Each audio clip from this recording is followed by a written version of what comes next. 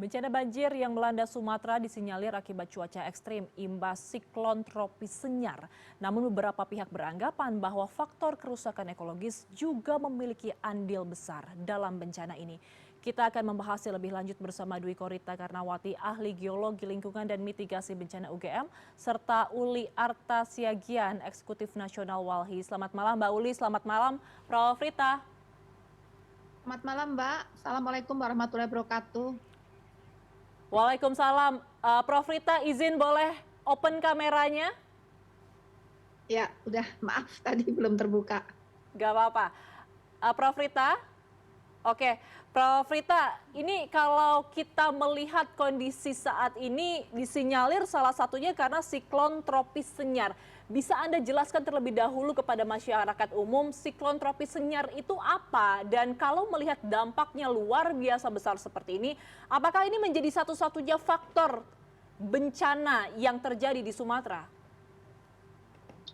Jadi sebenarnya siklon tropis Senyar ini kan suatu fenomena cuaca ya yang diakibatkan adanya perbedaan tekanan udara di permukaan ya, di permukaan air laut ya, sehingga terjadi suatu mekanisme pusaran ya, yang tekanan rendah di pusat, yang negatif kemudian di sekitarnya lebih tinggi, sehingga terjadi suatu fenomena yang memutar begitu ya.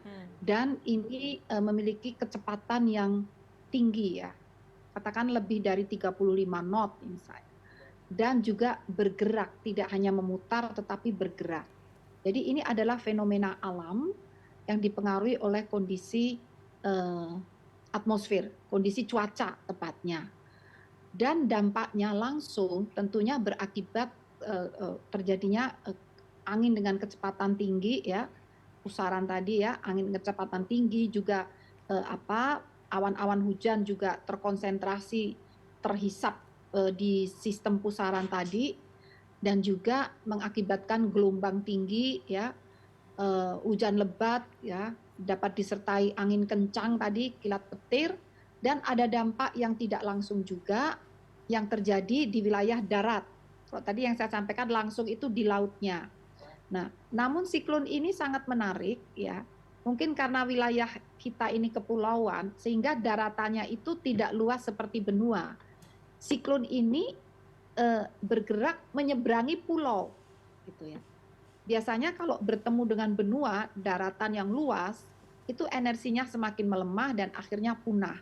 Namun ini menurut apa yang disampaikan BMKG, ini justru unik juga. Jadi menyeberangi, jadi sampai hampir masuk ke daratan di Sumatera Utara, dan juga itu kan masuk sampai ke Selat Malaka, dan sekarang sudah menyeberang Malaysia, dan sekarang sudah berada di Laut Cina Selatan. Oke. Jadi ini pergerakannya cukup jauh ya, dan menyeberangi daratan juga. Sehingga apa dampaknya?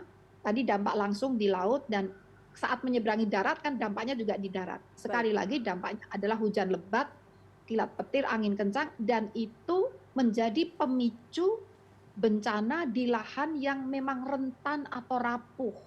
Misalnya di Sumatera, Sumatera Utara, Aceh, Sumatera Barat, itu kan lahan di sana secara tektonik terbentuk oleh fenomena geologi, dari dasar laut terangkat menjadi pegunungan sehingga batuannya rapuh, retak-retak ya, banyak celah-celah, dan itu mudah meresapkan air ya, dan mudah mendorong massa tanah atau batuan menjadi longsor, longsor menumpuk di lembah-lembah sungai menjadi bendungan alam, hujan terus turun maka jebol menjadi banjir bandang, Baik. di darat juga menjadi banjir, seperti itu. Baik, Prof. Rita, tadi belum sempat terjawab apakah siklon tropis Senyar ini menjadi satu-satunya faktor, atau Anda melihat sebenarnya dengan bencana sebesar ini ada faktor ekologis di dalamnya atau ada kerusakan lingkungan?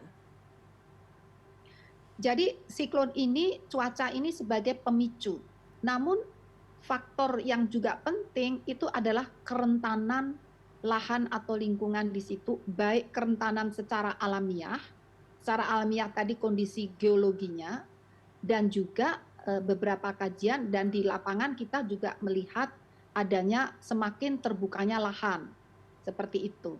Jadi ada interaksi antara alamiah dan pengaruh manusia. Oke. Demikian. Baik, saya ingin ke Mbak Uli. Mbak Uli, dari Walhi sendiri sudah menegaskan bahwa bencana yang terjadi di Sumatera ini bukan hanya karena faktor alam saja, tapi juga ada andil dari kerusakan ekosistem dan juga deforestasi. Nah, bisa Anda jelaskan fakta dan data di lapangannya seperti apa? Iya, tadi saya sepakat ya bahwa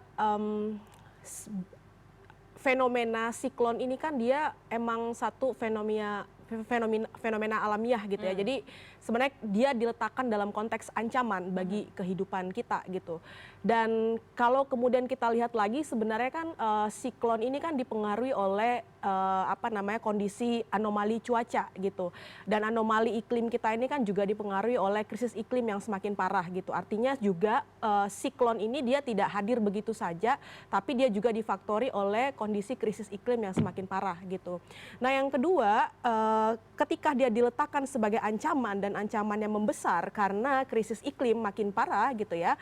Pertanyaannya adalah sejauh mana kita meningkatkan kemampuan ketahanan kita dalam konteks pengurangan risiko bencananya gitu ya kan. Nah, justru tadi kita berangkat dari kerentanan bahwa Indonesia itu sebagai negara kepulauan, hutannya luas, tapi kalau kemudian dia salah urus, maka kerentanannya meningkat gitu. Dan itu yang terjadi di Sumatera Utara, di Sumatera Barat, dan di Aceh gitu. Kenapa kami bilang begitu? Ini kan di Sumatera Utara misalnya di landscape Batang Toru, kami melakukan overlay terhadap ekosistem landscape Batang Toru dan kami menemukan ada 18 izin perusahaan beroperasi di sana. Mulai dari pertambangan emas yang luasnya cukup luas gitu ya, lalu kemudian juga sawit, perkebunan sawit monokultur ada 5 perusahaan, lalu kemudian ada juga izin PBPH, perizinan berusaha pemanfaatan hutan, artinya izin untuk bisa logging, bisa hutan tanaman gitu ya. Terus kemudian ada bisnis pulp and paper gitu ya, dan juga ada izin untuk PLTA Batang Toru yang dikelola oleh salah satu perusahaan gitu. Dan ini yang sebenarnya memfaktori karena apa? Karena masifnya izin di sana itu berdampak pada perubahan bentang hutannya gitu. Nah, kami mencatat dalam tahun 2004 saja itu ada terjadi deforestasi seluas 7.000 hektar. Dan di 2023 seluas 10.000 hektar. Artinya ketika kemudian deforestasinya meningkat, maka kerentanan ekosistem juga meningkat. Ketika kemudian ancaman dari siklon ini datang, maka kita nggak punya kemampuan untuk mengatasi ancaman itu karena kerentanan kita juga meningkat gitu. Itu yang kami lihat di Sumatera Utara gitu ya. Dan kemudian tentu pasti yang terdampak dari semua ini adalah masyarakat gitu ya. Secara lebih khusus ya itu tadi, kalau kemudian kerentanannya makin tinggi, maka ancaman apapun yang datang itu kita akan down gitu. Situasinya pasti akan lebih memburuk gitu. Oke, Mbak, dengan daerah-daerah yang saat ini mengalami bencana banjir dan tanah longsor paling parah, katakanlah ada Aceh, Sumatera Utara, dan juga Sumatera Barat, ini sebenarnya sudah separah apa sih kondisinya jika dibandingkan dengan tahun-tahun sebelumnya? Apakah dengan izin-izin yang sangat masif itu sekarang sudah membuat lingkungannya sebegitu rusaknya?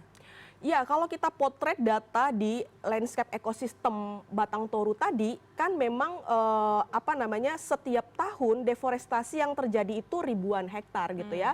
Tadi 2023 ada 10.000 hektar, terus kemudian 2024 dia 7.000 hektar, kita belum menghitung ya per tahun 2025.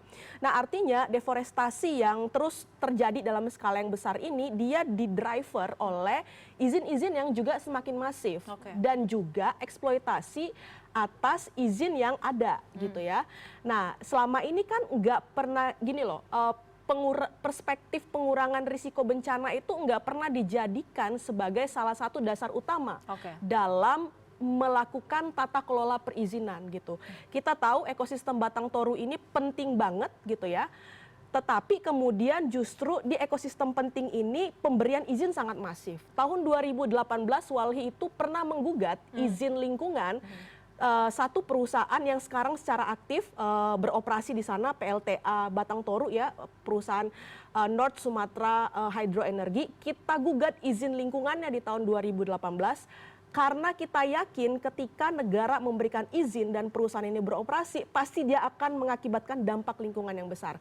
Tapi gugatan kita ditolak pada tahun 2019 karena dianggap tidak akan berdampak pada lingkungan. Dan sekarang 2025 itu terbukti gitu. Jadi ya negara nggak pernah belajar dalam konteks bagaimana mengelola alam ini dengan baik gitu ya, dan memastikan keselamatan lingkungan dan rakyat itu menjadi hal yang utama. Oke, saya kembali ke Prof. Rita. Prof. Rita, ini kalau kita melihat ini kan sebenarnya dampak dari kerusakan lingkungan sudah sangat masif ya, terutama tadi juga ditambahkan data-datanya oleh Mbak Uli begitu. Nah, sebenarnya kalau dari Anda sendiri rekomendasinya apa untuk bisa memperbaiki tata kelola lingkungan agar nanti kejadian serupa di tahun mendatang tidak terulang lagi? Ya, sebetulnya zona-zona yang rentan mengalami longsor, rentan mengalami banjir dan banjir bandang, itu sudah dipetakan. Ada dalam peta bahaya geologi gitu ya. Ini misalnya oleh Pusat Vulkanologi dan Mitigasi Bencana Geologi dan juga oleh PU untuk banjir. Zona-zona itu sebenarnya sudah diketahui. Tinggal peta itu harusnya dimanfaatkan, diaplikasikan untuk tata ruang. Sehingga tata ruang kita ini juga harus mempertimbangkan aspek bahaya yang mengancam keberlangsungan ekosistem.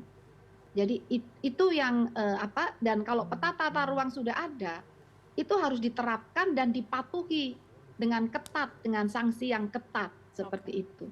Jadi sayang sekali banyak peta-peta yang sudah ada, tapi kalau tidak dimanfaatkan. Dan satu lagi yang perlu ditambahkan, ada beberapa penelitian dari ahli-ahli klimatologi. Jadi akhir-akhir ini, katakanlah 30 tahun terakhir ini, kondisi itu kejadian-kejadian anomali iklim, anomali cuaca termasuk siklon, itu semakin sering terjadi. Dan periode ulangnya tuh semakin pendek. Dan itu diduga atau juga penelitian mengkaji ada kaitannya dengan perubahan iklim. Jadi salah satu dampak perubahan iklim menurut para ahli klimatologi itu adalah itu tadi, periode ulang, kejadian ekstrim, kejadian anomali semakin pendek.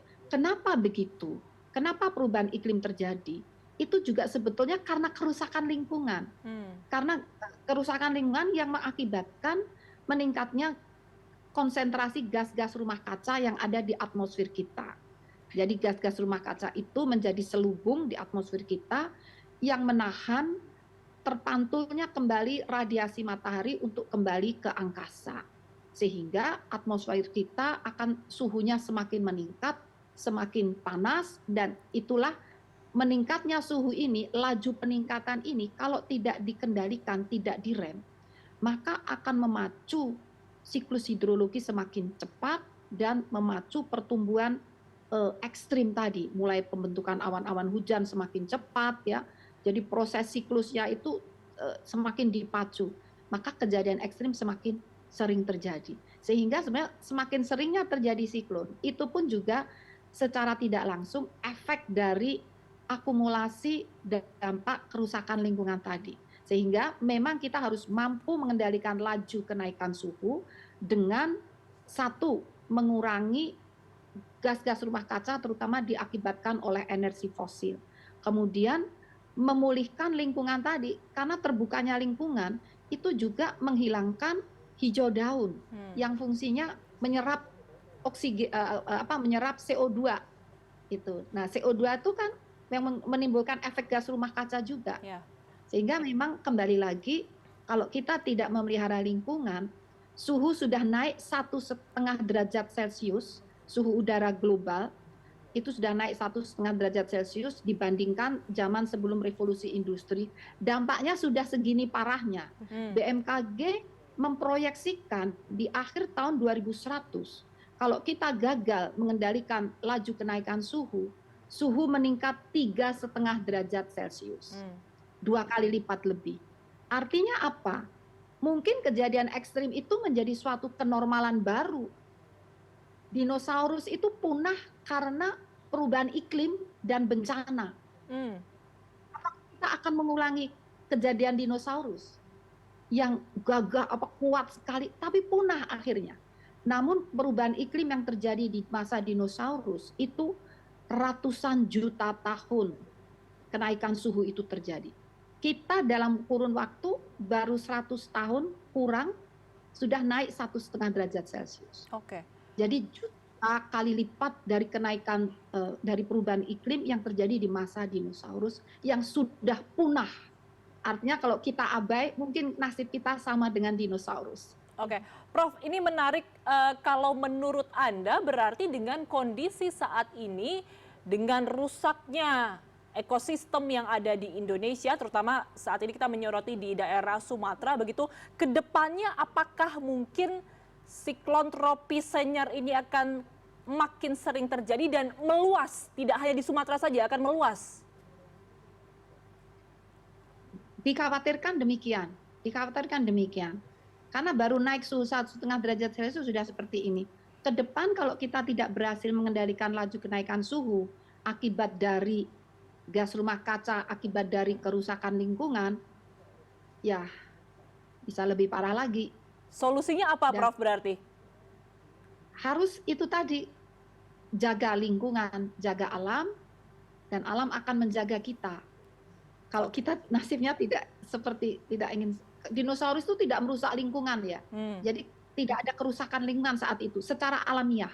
Makanya terjadinya ratusan juta tahun baru itu terjadi. Itu tahun skala geologi ya, ratusan juta tahun. Sekarang skala kita tuh baru 100 tahun mungkin belum ada. Oke. Gitu. Jadi ya kita memang harus kembali menjaga alam itu. Kembali menjaga alam. Saya ingin kembali ke Mbak Uli. Mbak Uli, ini kan kita mengetahui bahwa di daerah Sumatera tadi seperti yang sudah disebutkan bahwa masif kegiatan industri, pertambangan, perkebunan dan lain-lain. Tapi memang ini sebenarnya tidak bisa langsung dipisahkan karena di dalamnya ada kegiatan ekonomi. Tapi ketika ada kegiatan industri sangat dekat rasanya dengan kerusakan alam begitu. Kalau dari pandangan Walhi, titik lemahnya itu ada di mana sih, Mbak? Kenapa kita selalu kecolongan? Iya, jadi kan kalau tadi kita sepakat bahwa situasi krisis iklim ini memicu ancaman yang jauh lebih besar, artinya dia bukan sesuatu yang akan terjadi, dia sudah terjadi di depan mata kita ya. Tadi seperti yang Prof bilang, ada di depan mata kita terjadi dan menyebabkan banyak sekali ancaman-ancaman gitu ya. Nah, tadi saya sepakat bahwa krisis iklim ini dia terjadi karena satu paradigma ekonomi pertumbuhan. Ya, kalau kemudian targeting ekonomi kita itu basisnya masih pertumbuhan, apalagi sekarang targetnya pertumbuhan 8% nih. Logikanya untuk mengejar ekonomi pertumbuhan 8%, kita harus expand izin karena logik dari kenaikan pertumbuhan itu adalah peningkatan basis industri, gitu Mbak. Dan kalau kemudian basis industri ini ditingkatkan gitu ya, izin juga meluas, maka kemudian akan lebih banyak ekosistem kita yang dikorbankan, akan lebih banyak zona-zona pengorbanan untuk mengejar ekonomi pertumbuhan. Jadi menurut kami sebenarnya satu hal mendasar akar problemnya adalah paradigma pertumbuhan tadi gitu ya. Itu yang harus diubah. Sebenarnya bukan hanya dalam konteks nasional tapi global juga harus mengubah itu. Karena ketika kita membicarakan soal krisis iklim kita nggak bisa hanya ngomongin satu negara aja. Tapi global juga harus membicarakan itu. Nah yang kedua adalah menurut kami kalau kemudian pemerintah kita benar-benar ya pengurus negara ini menjalankan mandat konstitusional negara, artinya memastikan keselamatan rakyat Indonesia, maka yang harus dilakukan itu adalah melakukan evaluasi terhadap seluruh perizinan yang ada di Indonesia, terkhusus di ekosistem-ekosistem penting seperti hutan, gambut, pulau-pulau kecil dan pesisir gitu. Evaluasi inilah yang akan menentukan langkah strategis apa yang harus dilakukan oleh pemerintah. Misal ketika evaluasi itu menuntut adanya pengurangan izin terhadap satu perusahaan, itu harus dilakukan. Atau ketika evaluasi ini menuntut adanya pencabutan izin karena operasinya itu berada di ekosistem sangat penting, maka itu harus dilakukan gitu. Hanya dengan cara itulah sebenarnya kita bisa memperkuat kemampuan kita dalam beradaptasi gitu ya, dan mengurangi resiko atau kerentanan kita gitu. Selanjutnya adalah menurut kami penegakan hukum itu menjadi hal yang nggak kalah penting gitu Mbak. Bahwa di banyak wilayah terjadi aktivitas ilegal membuka hutan tanpa izin untuk satu industri ekstraktif dan itu nggak pernah ditangani oleh serius dengan negara. Penegakan hukum harus menjadi hal mendasar yang harus dilakukan. Negara kita tuh nggak boleh tunduk pada korporasi gitu ya. Selanjutnya adalah menagih pertanggungjawaban korporasi gitu Mbak. Ketika bencana besar terjadi seperti sekarang, pertanyaannya siapa yang harus menanggung biaya eksternalitas? Negara. Uangnya dari mana? Uangnya dari keuangan negara. Keuangan negara dari mana? Dari pajak kita semua dong ya. Gitu. Artinya masyarakat yang terdampak langsung bencana itu mereka mengalami kerugian yang sangat besar dan kemudian uangnya juga dipakai untuk membiayai biaya eksternalitas dari buruknya tata kelola perizinan kita. Negara harus berani menagih pertanggungjawaban korporasi yang selama ini menikmati keuntungan dari eksploitasi ekosistem penting kita. Nggak boleh negara nanggungnya sendirian. Gitu, karena yang dipakai uangnya itu adalah uang kita yang seharusnya itu dipakai untuk menjaga keselamatan dan pemenuhan hak-hak dasar lainnya gitu. Jadi menurut kami langkah konkret yang harus dilakukan oleh negara adalah tadi mengevaluasi seluruh perizinan, melakukan audit lingkungan, mencabut izin jika itu misalnya perlu gitu ya, terus kemudian melakukan penegakan hukum dan moratorium permanen izin. Izin itu kan sebenarnya sesuatu yang kita tahu akan ada dampaknya sehingga dia diperketat supaya dampaknya tidak meluas. Itu logika izin, sesuatu yang nggak boleh, dia dibolehkan tetapi dengan prasyarat yang ketat. Tapi sekarang fenomena izin itu fenomena distribusi Mbak, sebanyak-banyaknya dikasih izin nih, gitu. Nggak memandang apakah wilayah itu menjadi penting dijaga atau enggak gitu. Nah itu harus dikembalikan, jadi moratorium permanen untuk tidak memberikan izin apalagi di wilayah-wilayah penting itu harus dilakukan. Poinnya adalah apa yang terjadi saat ini di Sumatera Barat, Sumatera Utara, dan Aceh adalah problem sistemik yang nggak bisa dijawab hanya dengan penanganan bencana. Jawabannya adalah dengan cara-cara sistemik juga gitu. Koreksi kebijakannya, memastikan keselamatan rakyat menjadi dasar utama dalam penataan ruang gitu ya. Dan kemudian menagih pertanggungjawaban korporasi karena mereka yang selama ini menikmati keuntungan. Saya mau pastikan orang-orang yang mengambil manfaat lebih besar di Sumatera Utara, Aceh, dan Sumatera Barat adalah orang-orang yang tidak tinggal di sana, Mbak. Yang menanggung akibatnya siapa? Masyarakat yang ada di sana, kelompok rentan gitu. Jadi ini nggak boleh dibiarin begini. Oke, Mbak Uli, terakhir sekaligus juga closing statement, kalau mendengarkan, menyimak pernyataan Anda, Walhi juga sering menyebut ini seperti lingkaran setan. Betul. Tidak ada ujungnya, tidak ada habisnya begitu. Dengan kondisi seperti ini, siapa yang harus paling bertanggung jawab? Negara. Karena konstitusi kita bilang pengurus negara yang harus memastikan rakyatnya selamat, lingkungannya selamat. Maka pihak yang harus bertanggung jawab adalah negara. Tetapi pengurus negara kita tahu Mbak, ada aktor lain, aktor non-negara yang selama ini berkontribusi besar. Siapa itu? Swasta, korporasi. Maka negara ketika dia diberikan mandat secara konstitusional untuk mengurus sumber-sumber penghidupan kita dan memastikan rakyatnya selamat, mereka harus mampu dan berani menagih pertanggungjawaban korporasi, melakukan penegakan hukum, dan memastikan korporasi ini bekerja di bawah tuntutan undang-undang yang berlaku saat ini. Oke, baik. Terakhir juga saya ke Prof. Rita sekaligus juga closing statement. Prof, dengan tadi paparan dari Walhi bagaimana seharusnya negara hadir untuk bisa mengantisipasi kejadian ini, apa rekomendasi kebijakan yang Anda sarankan? Nah, sekali lagi, seandainya tidak terjadi kerusakan lingkungan pun, wilayah-wilayah itu sudah rentan secara alamiah. karena kondisi kita di ring of fires, penuh dengan kegempaan, ya, cuacanya juga kompleks ya. Jadi seandainya tidak ada gangguan ekosistem, itu pun sudah rentan. Apalagi kalau kita menimbulkan gangguan-gangguan pada ekosistem, sehingga tentunya kerusakannya semakin parah. Sehingga rekomendasi kami, marilah secara tersistem, ini kita semua, ya pemerintah, tapi juga swasta, dan juga kami para ilmuwan, itu terus berusaha untuk saling mengingatkan, dan semuanya tuh kalau tidak diikuti dengan penegakan hukum juga sayang. Kami semua sudah melakukan pemetaan, identifikasi zona bahaya, memberikan rekomendasi yang secara ilmiah gitu ya. Tapi kalau itu tidak diterapkan dan ditegakkan dengan kekuatan legal, itu juga akan sia-sia.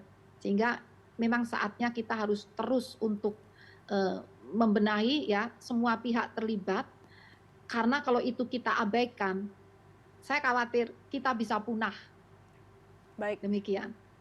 Baik, jadi harus ada evaluasi besar-besaran di tubuh pemerintah dan juga korporasi pastinya, agar nanti ke depannya kita ini bisa terhindar dari bencana serupa, dan pastinya kalau meminjam tadi kalimat dari Prof. Rita, supaya manusia tidak punah, supaya kita masyarakat Indonesia tidak punah. Terima kasih sekali lagi atas insight dan juga pemaparan dari dialog kali ini, Ibu Dwi Korita Karnawati, Ahli Geologi Lingkungan dan Mitigasi Bencana UGM, serta Uli Arta Siagian, Eksekutif Nasional Walhi. Selamat malam Mbak, Ibu semua, terima kasih. Selamat malam Mbak Ayu, Mbak Uli.